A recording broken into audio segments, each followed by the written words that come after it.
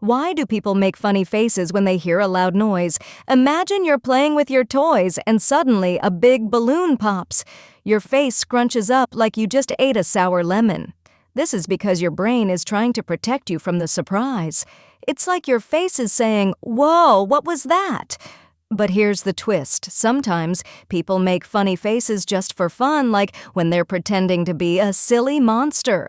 So next time you hear a loud noise, remember, it's just your face having a little adventure.